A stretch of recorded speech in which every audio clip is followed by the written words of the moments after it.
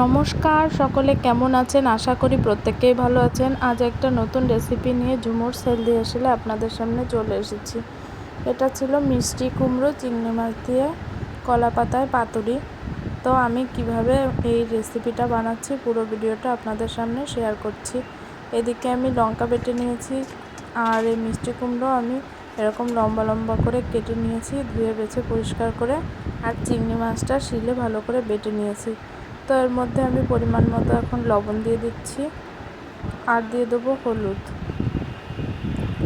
তো হলুদ আর লবণ পরিমাণ মতো আমি দিয়ে দিয়েছি। আমি যেটুকু কুমড়ো নিয়েছি তাতে যেটুকু আন্দাজে পরিমাণ মতো দিয়ে দিয়েছি। আর এদিকে কলাপাতায় তেল মেখে নেব। তো আমি আর সামান্য সর্ষের তেল দিয়ে দিচ্ছি। এবার আমি হাতের সাহায্যে খুব সুন্দর করে মেখে নেব।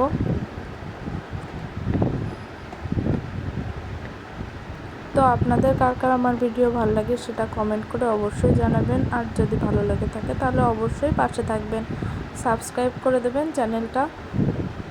তো আমি কলা পাতায় ভালো করে তেল মেখে নিচ্ছি।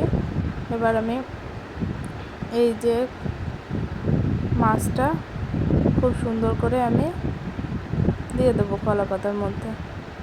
তো দেখুন আমি দিয়ে দিয়েছি। এটা কিন্তু খেতে খুব সুস্বাদু লাগে।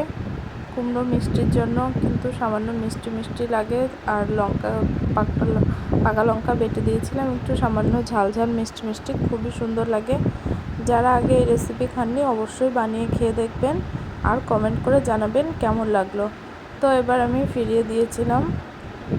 তো একদিক ভাজা হয়ে গেছে, আর একদিক ফিরিয়ে আমি এরকমভাবে ভেজে আর একটু সামান্য তেল দিয়েছিলাম ফেরানোর পরে। তো তুলে নিয়েছি। এরকম হচ্ছে লুকটা। কেমন লাগলো পুরো ভিডিওটা অবশ্যই কমেন্ট করে জানাবেন।